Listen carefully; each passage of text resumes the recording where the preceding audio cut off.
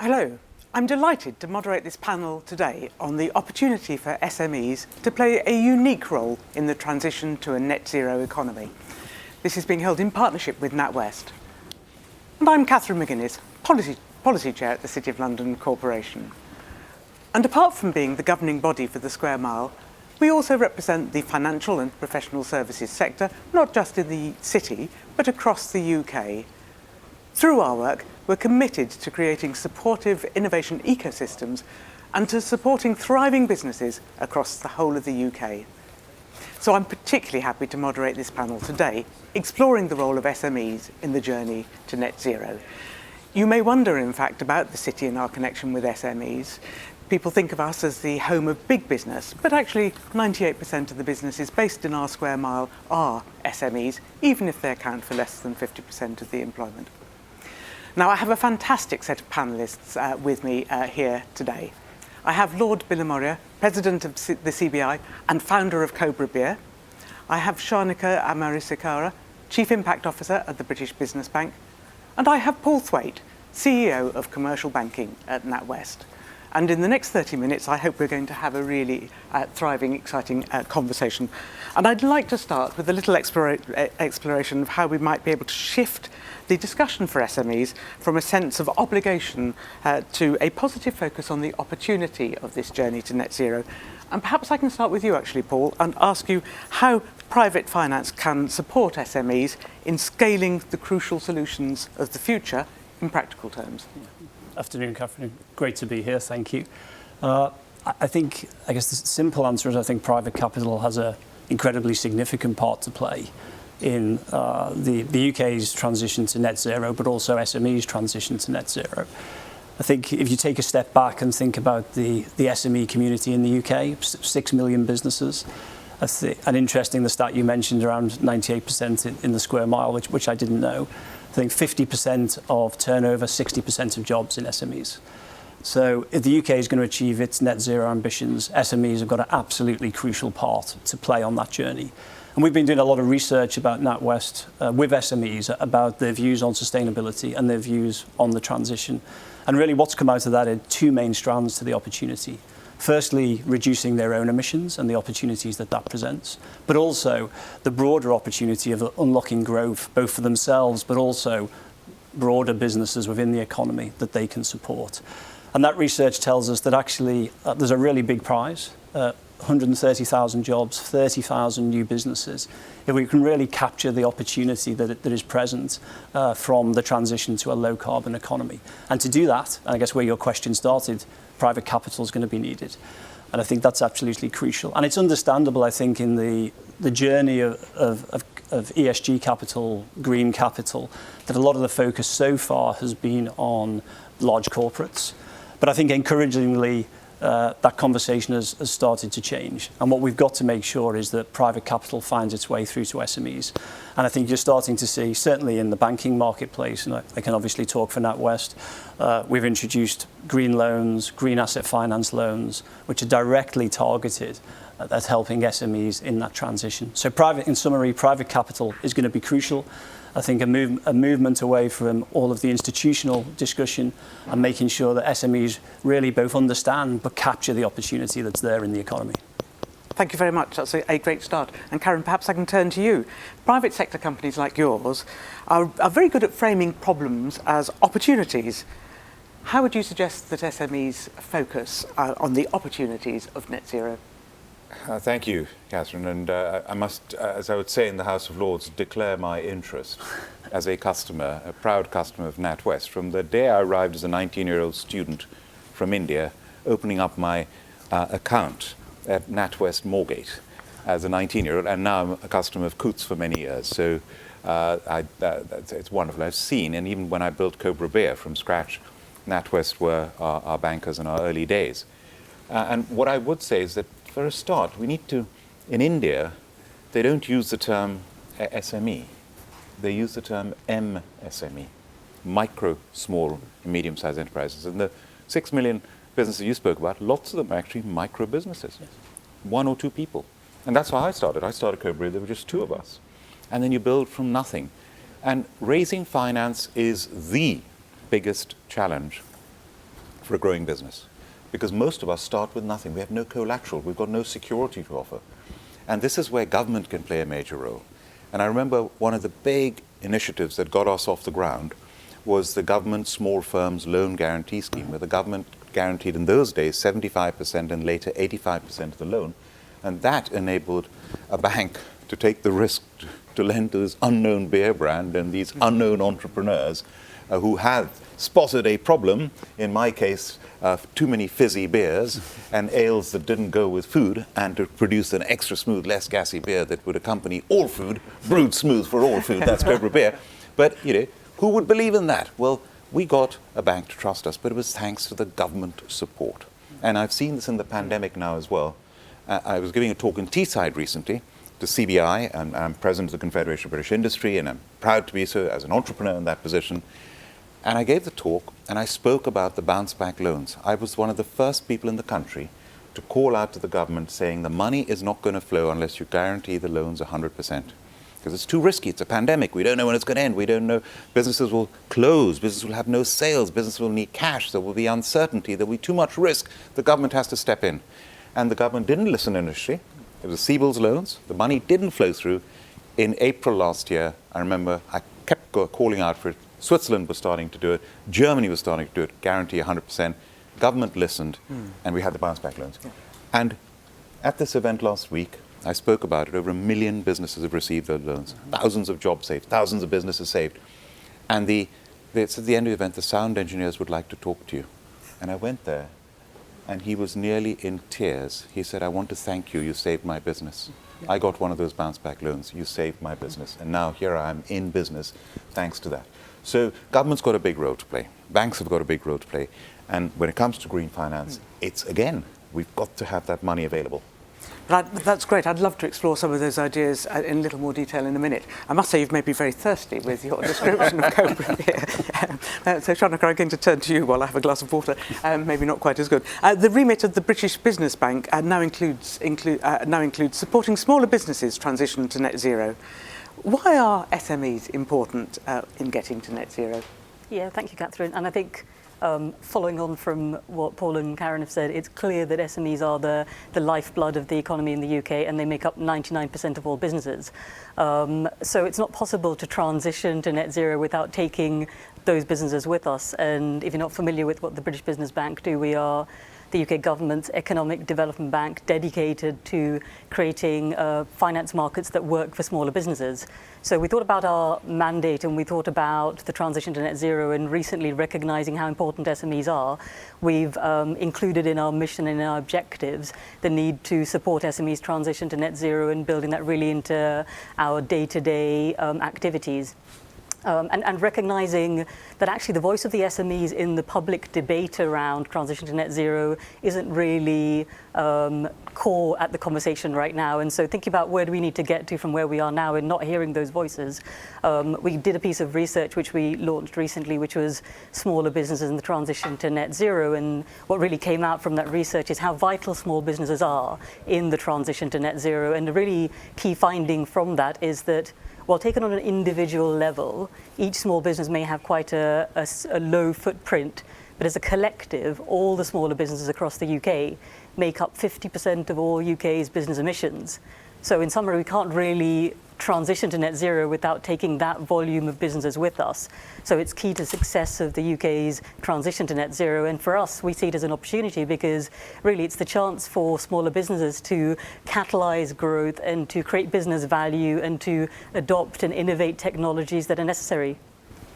Thank you very much. And yet when there are two people brewing your beer or whatever you were doing, it must be very daunting to build in some of these steps that you need to in order to transition to net zero. So I'm just thinking from the perspective of the SMEs and what practical help can be given to them. And you told us a little bit about this, Paul, but perhaps you'd like to tell us a little bit more about the practical support that a bank like NatWest can offer to help turn those that need to reduce emissions, to do whatever else to get to net zero into seizing the opportunity. I think I'd start with the 50% stat that you've mentioned. I think that's a really significant number. If it's 50% of all emissions, and you relate that to what we need to do as a country, then we have to help SMEs in their transition.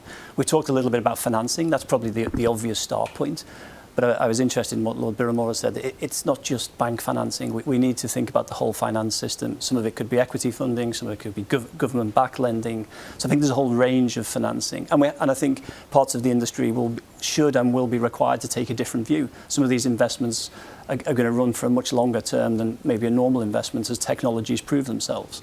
And to help businesses on that journey, it will need to be more creative, whether it's on the credit side, whether it's on the tenor of loans. But beyond financing and the obvious, I think a bank like NatWest can help small businesses understand their footprint.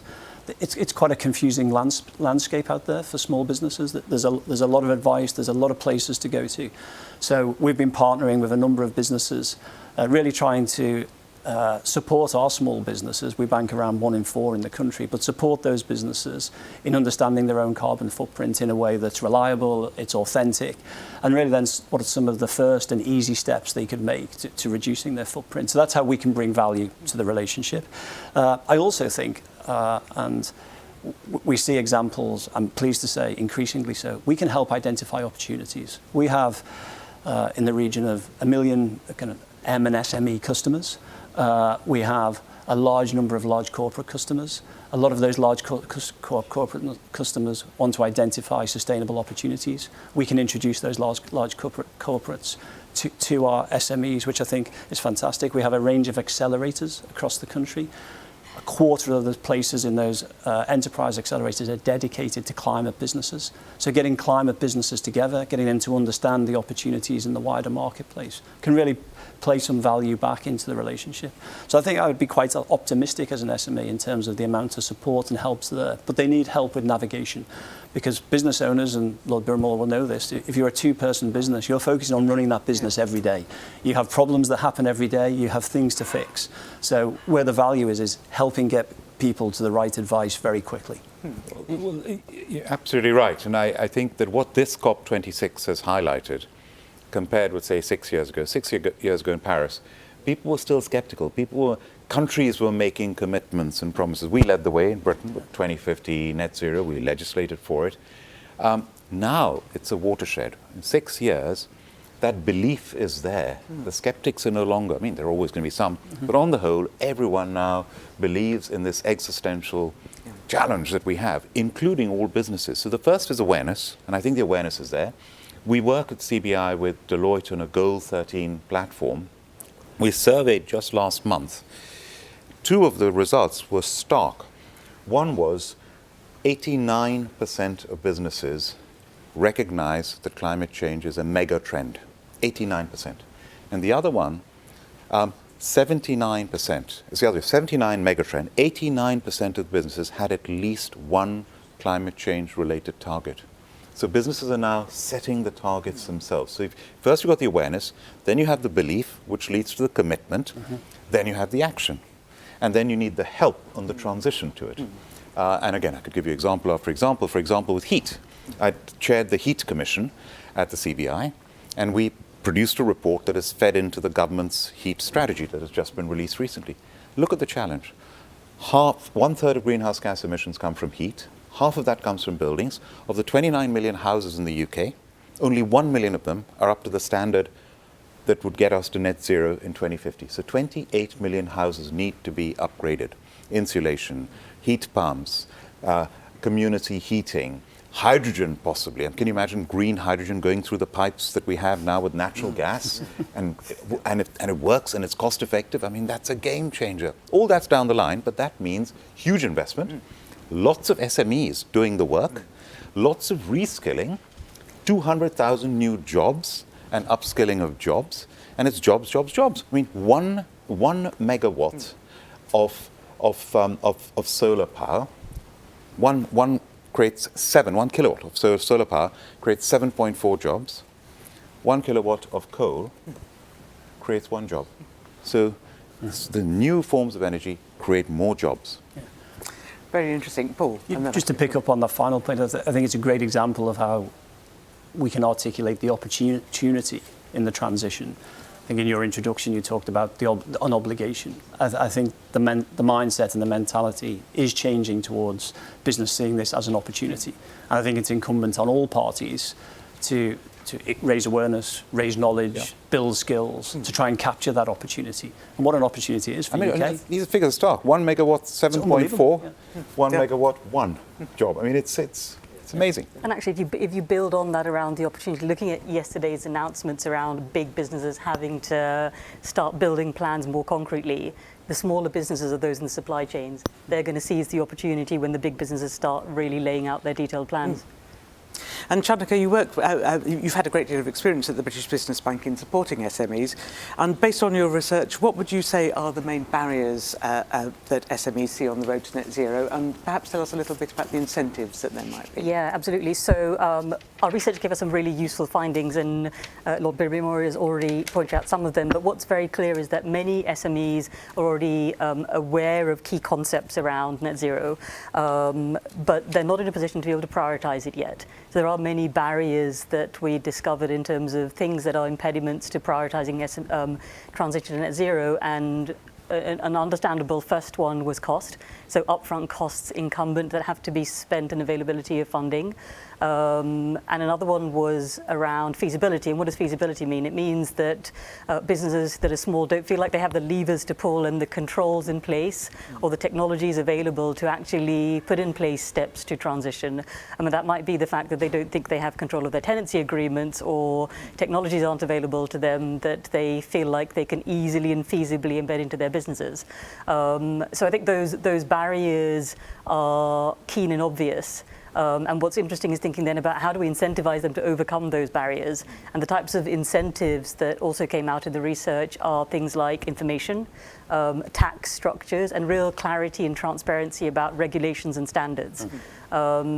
And actually it was quite interesting that the barriers vary based on regional differences as well. So it's not the same barriers for every subset of SMEs. But then another key incentive that we're interested in is that access to finance really came out as a solution that could be used to incentivize, because 10% of SMEs have already taken finance to support their transition to net zero, and that's 700,000 businesses.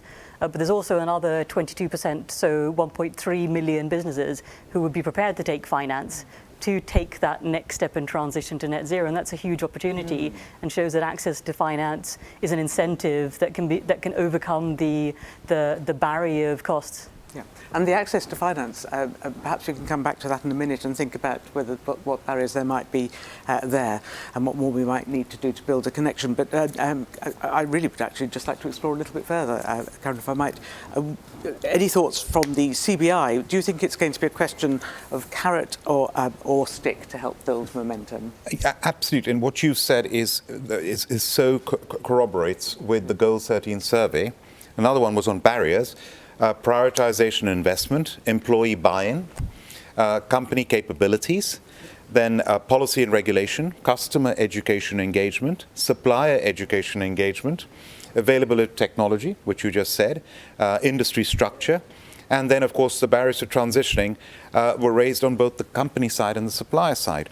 Now, when it comes to carrot and stick, obviously the best is to have the carrot. People want to do it anyway, and you incentivize them to do it. But it can be an element of stick as well. So if you look at the heat example I used, you could have the government saying, well, you can't have planning permission to build a new house unless that house is up to the standards with insulation and whether it's heat pumps or whatever it is that is required. That has to be stipulated. Or you can say you can't sell a house unless it's up to standard. And then you can link it into finance and say the mortgage will be linked to it, and we'll put in that, whether it's 5,000 or 10,000 or 15,000 pounds added onto the mortgage, so it's spread out over 25 years, and you can finance it that way as well. So you can regulate and have a combination of carrot and stick to make it happen.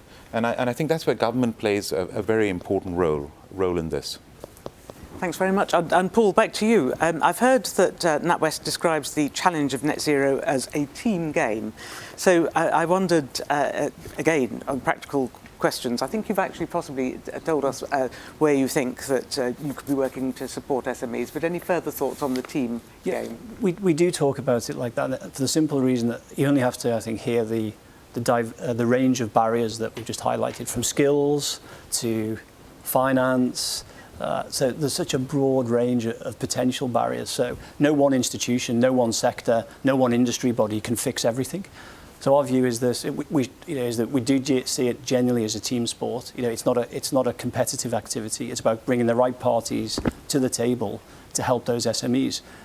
I think the government lending scheme bounce back example is actually a really interesting parallel, because there you had lobbying from the CBI, you had government policy and design, you had amazing execution through the British Business Bank, then you had the banking system administering these loans, issuing these loans, and we'll administer them for 6 to 10 years come. Every party had to play their part. Without that, there wouldn't have been, certainly for ourselves, I think we wrote 1 in 4 of every bounce back loans, 1 in 3 of every CBILS loans. But that wouldn't have happened without the whole gamut of partners playing their part. So that's why it's a team sport. It's also a lot more fun if it's a team sport. And in a pandemic, and remote working, and your loan book, British Business Bank, in February last year was £8 billion. Today it's over £80 billion. Phenomenal. I mean, hats off to you. I think it's brilliant. I think it is, and it's an incredible story. The country should be proud of its collective response. And the way that was done at pace, and has saved businesses. So fantastic. Shanika, the British Business Bank sits in a very interesting position between public and private sectors.